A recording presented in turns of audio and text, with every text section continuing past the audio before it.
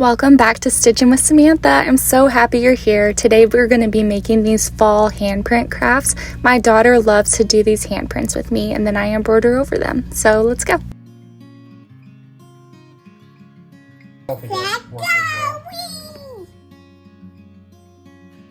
The patterns I'm using are from my Etsy shop, Stitching with Samantha. I have a digital version or this printed version that I print and mail to you. So it has this floral kind of pumpkin pattern and we're going to place it over our handprint and trace around it. If you're using a lighter color paint, you may have to take off the pattern, stick it on your handprint to trace around and see it, and then afterwards you can cut it like I'm cutting here. So since my paint is bright enough I can see it, I'm going to cut it out, and now I'm going to pull it off of the backing and I'm going to stick it on top of my handprint. Normally I do my daughter's name and her year on top of the handprint, but actually this time I'm doing a fun little phrase that says Mama's Little Pumpkin. You can order any custom text to put on top of your handprint.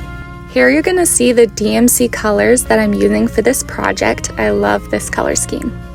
First we are going to be stitching the pumpkin, so I'm grabbing my orange color and I'm going to pull out about an arm's length of thread, and then we're going to cut the thread and we're actually going to separate it into 3 strands. Each DMC thread comes with 6 strands, so we're just going to split it in half. This is my preferred amount of thread. And we're going to take a size 5 embroidery needle and then we're going to take our thread through the eye of the needle.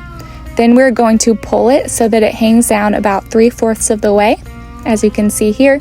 And then on the longer end, we are going to tie a knot. To tie a knot, I like to take the thread and wrap it around my fingertip once, and then I will rub my fingers together so that it pulls the knot tight. So I'm going to do it one more time here. You can do a normal knot. I just like to do this method. It's how I learned and I kept doing it. Now we're going to get started stitching our pumpkin. So to stitch the pumpkin, we're going to start off by lining the entirety of the pumpkin in back stitch. And the reason that I do this before I lay down satin stitches is so that it gives you a sort of outline so your satin stitches look a little more uniform. So you kind of see what I'm talking about as we go. So you're going to bring your needle up, back down, and then you're going to bring it ahead a short distance, and then we're going to bring our needle back down at our previous stitch. So that's why it's called back stitch, because each time you bring your needle up and then back down to your previous stitch. So once again we're going to bring our needle about 1/4 of a centimeter and then we're going to bring it back to our previous stitch. You're going to keep doing this for the entire pumpkin, just outlining everything. Once the last back stitch is in place, we are going to bring our needle up on the middle of the pumpkin to the right side. And then the same place on the other side of that middle section, we're going to bring our needle down. This is a straight stitch. So satin stitch is essentially a bunch of straight stitches on top of each other so that it forms a satin-like effect. So now we're going to bring our needle up right above and then bring it back down on the other side. We're going to keep doing this, working our way up the pumpkin, and each time you're going to make your stitch a little bit smaller so that the section at the top will look a little bit smaller to give that pumpkin effect. So then I'm going to come back down and I'm going to do the bottom of the middle section, and we're going to keep doing the same thing, placing straight stitches beneath each other and just filling that section in. And then for the rest of the pumpkin, you're going to do the same thing. We're going to bring our needle up and then back down where our middle stitches are, and then you're going to bring your needle up and then you're going to do the same thing, placing little straight stitches on top of each other, filling in the sides. Now I'm going to go ahead and fill in the rest of the pumpkins on the handprint, and we're going to come back and do the stem of the pumpkin.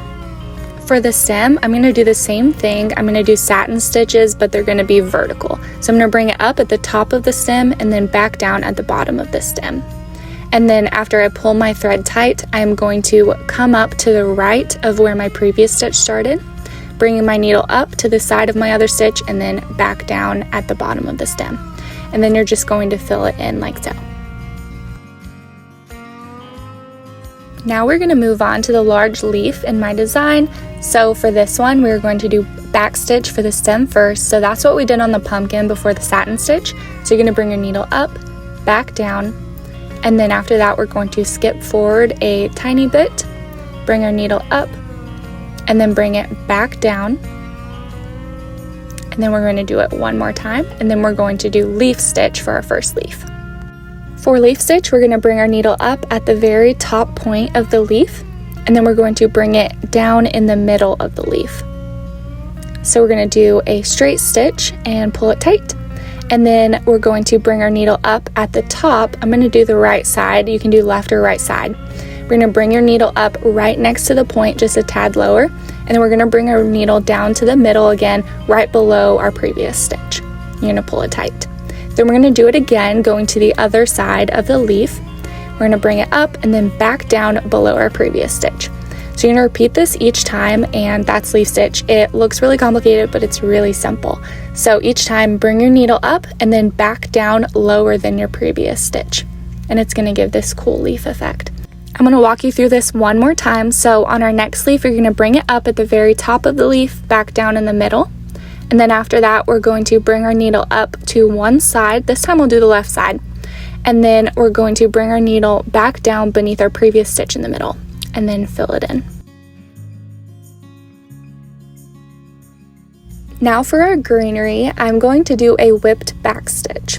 So at first we're going to do a back stitch like we previously did with the other leaf and the beginning of the pumpkin. Bring our needle up, down, skip ahead, bring our needle up, and then back down to our previous stitch.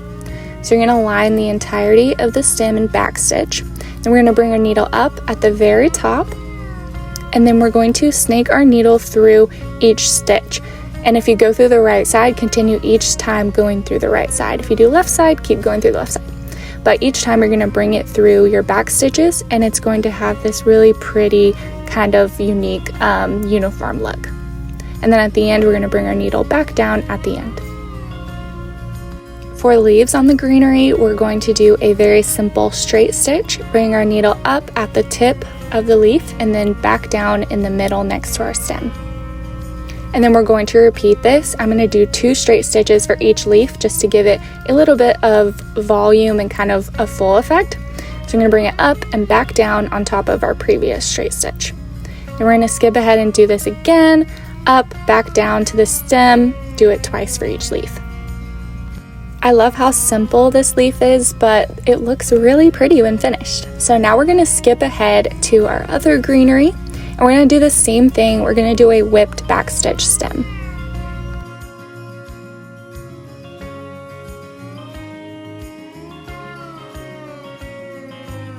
For this leaf, we're going to do lazy daisy. So we're going to bring our needle up at the bottom next to the stem, and we're going to bring our needle back down at the exact same place. And then don't pull it completely tight. You're going to leave a little loop, holding the loop with your finger so that it doesn't go through the fabric. Then through the loop at the end of the leaf, we're going to bring our needle up, and it's going to catch our loop. And then we're going to bring our needle back down on the outside of that loop so that we have a little straight stitch holding the loop in place. And then after that, I'm going to do a straight stitch in the middle to give it some volume and fullness. So once again, we're going to bring our needle up for the next leaf, and then back down, and then bring our needle up through the middle of the loop, and then back down on the outside to hold it in place. And each time we're going to do a straight stitch, just bring our needle up and then back down. I'm going to finish the last leaf, and then I'm going to do the rest on the handprint. We're going to come back and do our little yellow leaf. For this last leaf, we're going to do leaf stitch and keep it simple, bringing our needle up at the very top of the leaf, back down at the top of the middle line, and then like we did before, we're going to bring our needle up at the top next to our first stitch, and then back down underneath the end of our previous stitch. So once again, each time go to the middle and come back down underneath your stitch. And then I'm going to do a tiny straight stitch for the little stem on this leaf. So bring your needle up and then back down to your leaf.